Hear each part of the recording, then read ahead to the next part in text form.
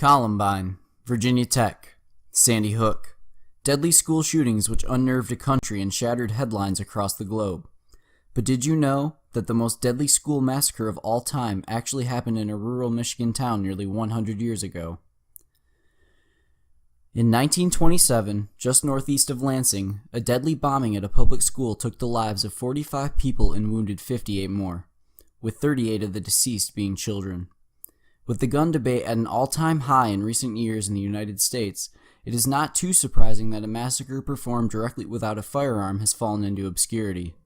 No matter the method, the Bath school disaster was nonetheless a devastating national tragedy conducted by a frenzied school board employee. Andrew Kehoe was born on February 1, 1872, to a family of 13 children.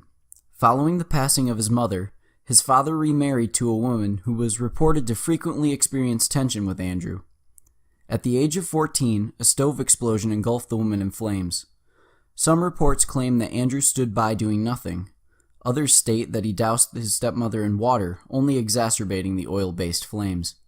Officially, the cause of death was ruled due to a stove malfunction, but others believe that the explosion was caused by a vengeful Kehoe tampering with the appliance. A Kehoe who later in life would be known as an endless tinkerer of things. In his later life, Andrew Kehoe would become a graduate from Michigan State with a degree in electrical engineering and gain a reputation as a very frugal man.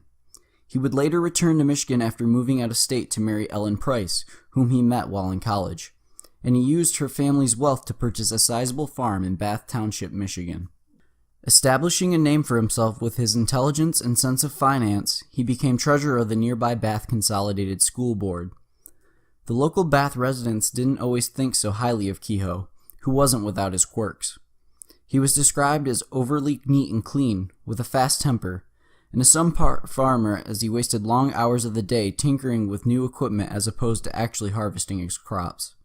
Some locals even complained about Kehoe's abuse of animals, including the killing of his horse which wouldn't obey his commands, and was quick to shoot a neighbor's dog which wandered onto his yard.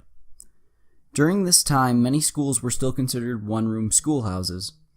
The Board of Education chose to change this to benefit students by separating the children into different grade levels to focus on their own relevant curriculum.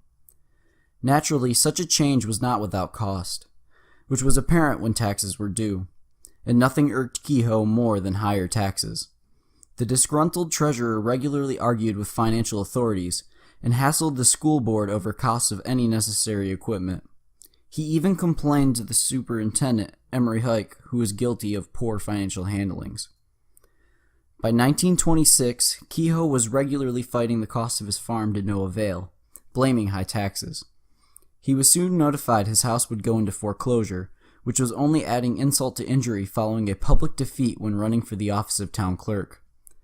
The enraged Kehoe was at his wit's end, and to make matters worse, Ellen was slowly dying of tuberculosis, and the treatment bills were becoming insurmountable.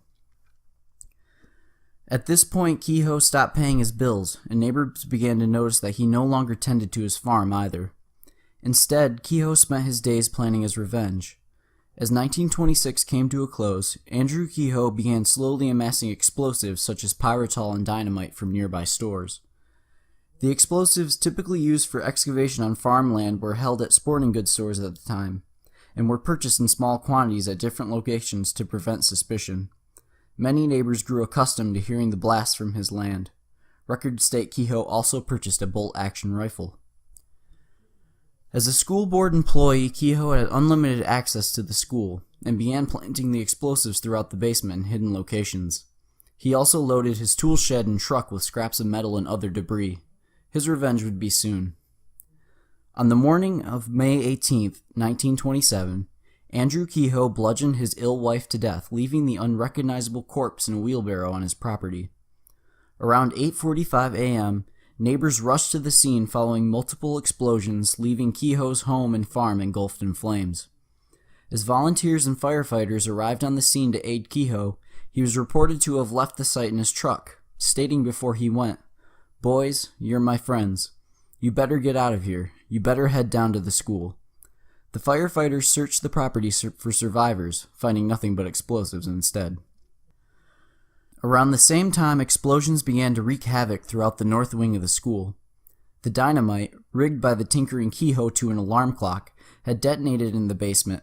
Rescuers rushed to the scene with terrified parents, horrified to see that the initial blast killed nearly 40 people. Reports stated that the floors rose, launching victims out of the building, and the roof collapsed onto others.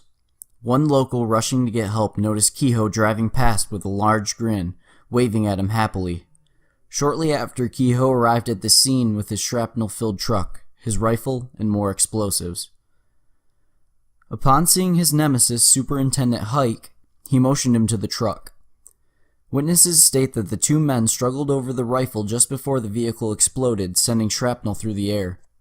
The blast killed Kehoe, Hike, and a handful of other bystanders. In the following hours, the citizens of Bath worked tirelessly with the Red Cross to clear debris and search for survivors. Even the then-current governor was on scene clearing rubble. By the end of the ordeal, 45 people had died, with 58 others reporting injury. A 46th would die a year later due to possible infection gained from wounds received that day. Police would go on to discover the charred remains of Ellen Price, as well as hundreds more pounds of dynamite, which thankfully failed to detonate. Officers also discovered a chilling sign left by Kehoe on his property which read, "Criminals are not born, they are made."